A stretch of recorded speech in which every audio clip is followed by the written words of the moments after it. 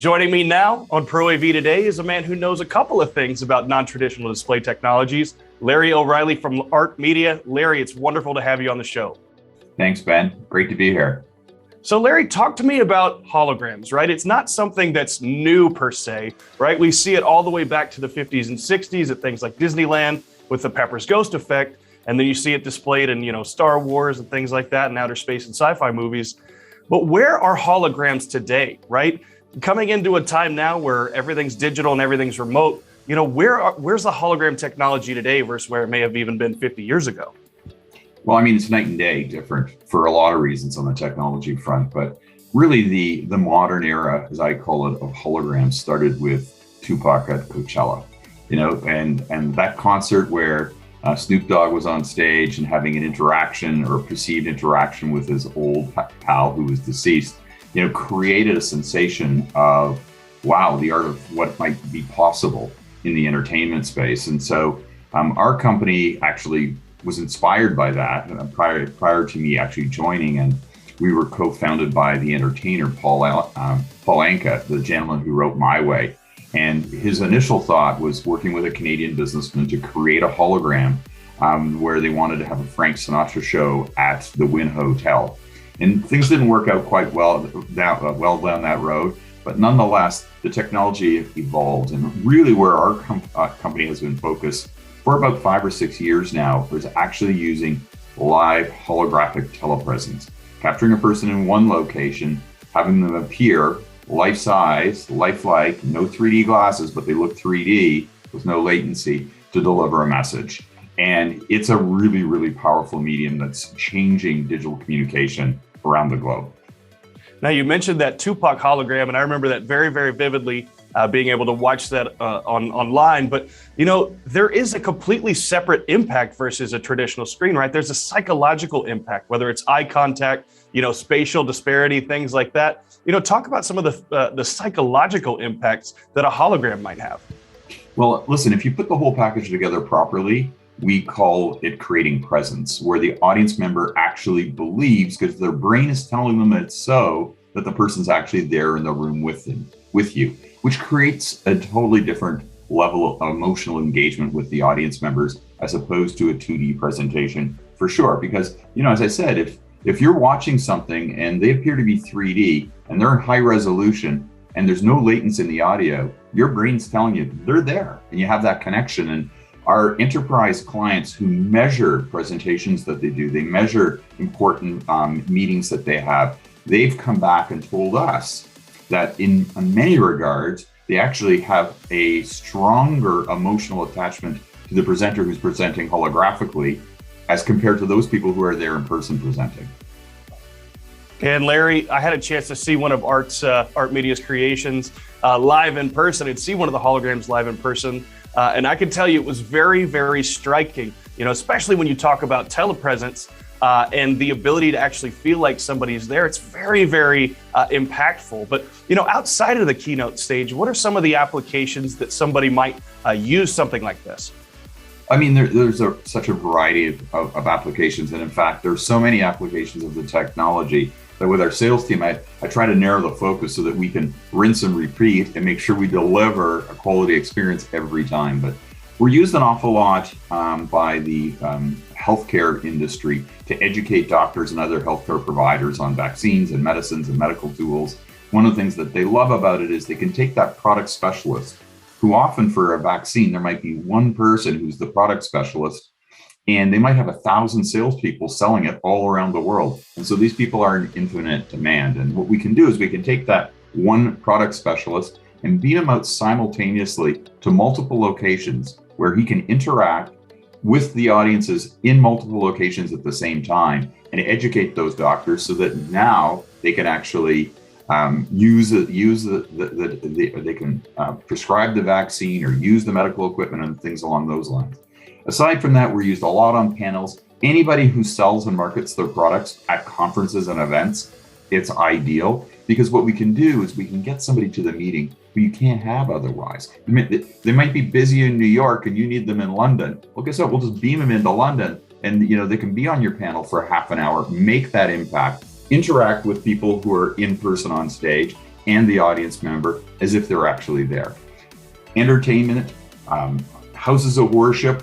Can you imagine you have, a religious leader who is so charismatic in one community, and you could have them appear in so many locations at the exact same time to create that impact at all of those locations. Very, very powerful.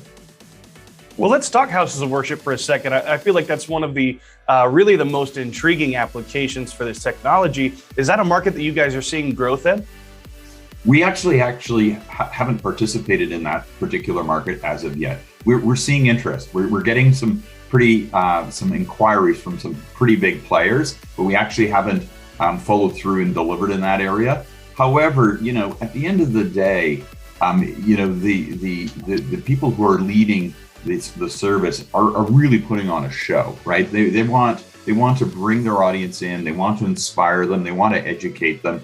They want them to leave on a high and hopefully with a sense of hope and purpose. And that's what our clients in other industries have been doing for the last few years. So it's a very natural place for us to go next. So as far as implementation goes, say I'm an end user, right? What does that look like from an application perspective? It's got to be more than just hey, we're going to get a projector in this screen. What does it look like beyond that? And what does it look like for the presenter? So if you're a presenter, we're typically capturing presenters on a green screen. And, it's just a traditional green screen setup with some decent quality lighting. They have a lav mic typically to pick up your audio. You might have an earpiece or a speaker behind so you can hear the audience that you're addressing, so you get that two-way communication. We're looking into a 4K prosumer camera, and immediately below the camera is the audience feedback that you have back. So as long as the presenter is looking right at the audience, they're actually looking right into the camera.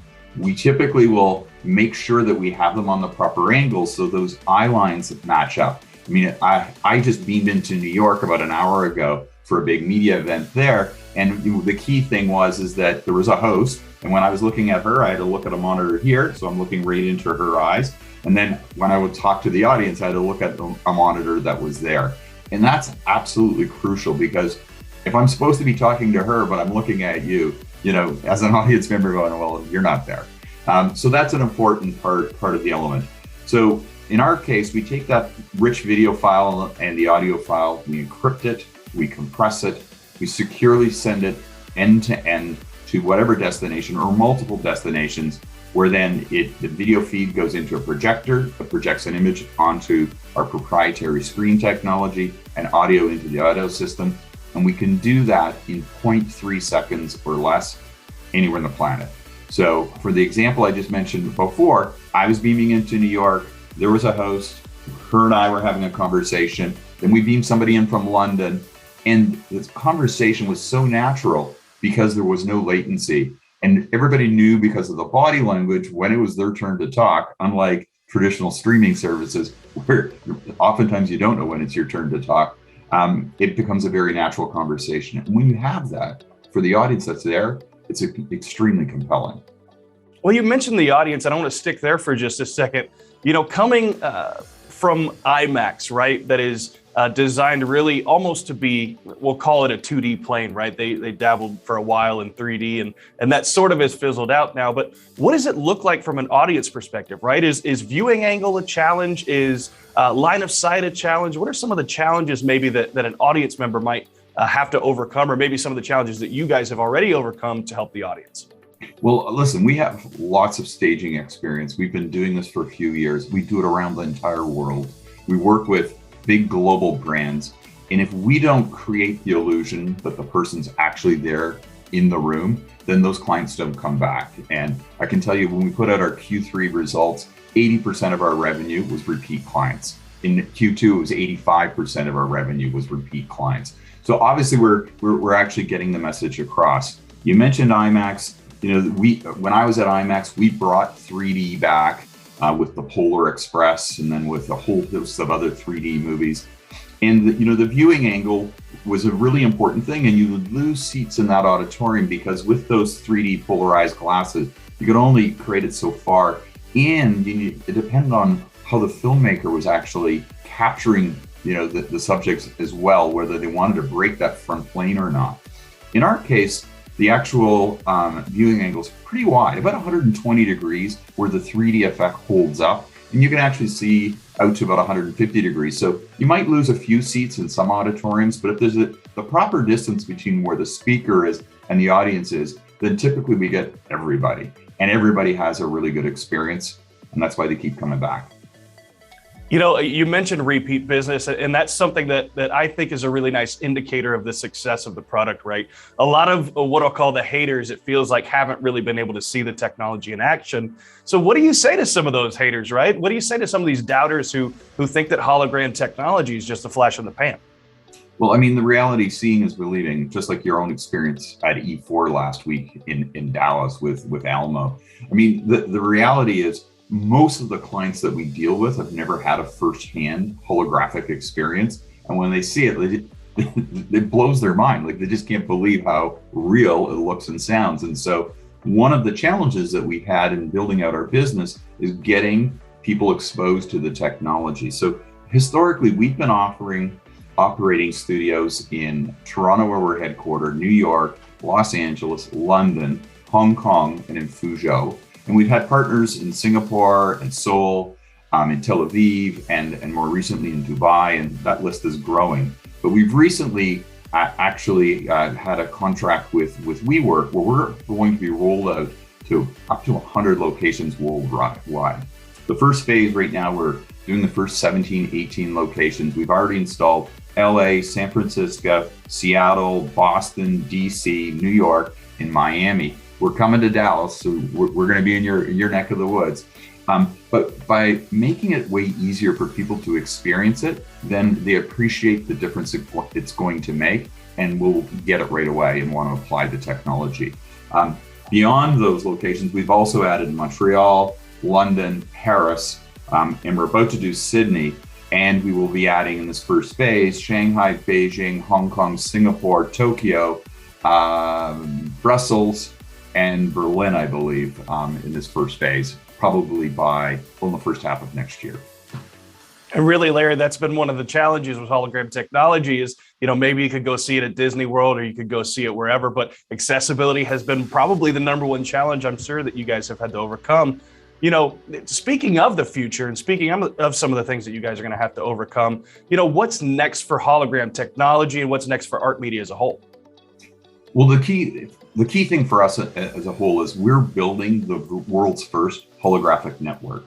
And what that means for consumers or clients is that it's way more accessible, and the cost of delivery is coming down. One of the challenges historically has been the cost. And when I joined ARHT Media in February of 2018, you know, we were in the events business, and our starting price was $85,000 to do an event, and it went way up from there. Well, there are only so many Super Bowls that you can actually, you know, that can afford that kind of a price point.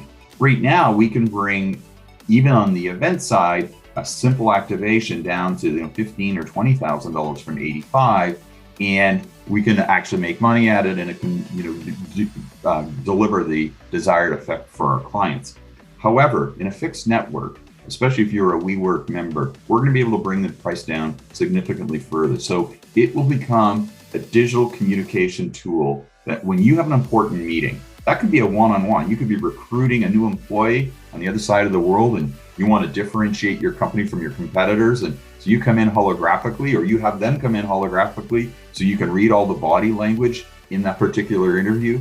Or if you're doing a product launch, or if you're doing product education, or if we're in a growing list of universities around the world. I mean, the applications are so many. If we can get the price point down a little bit, the adoption rate will go right through the roof.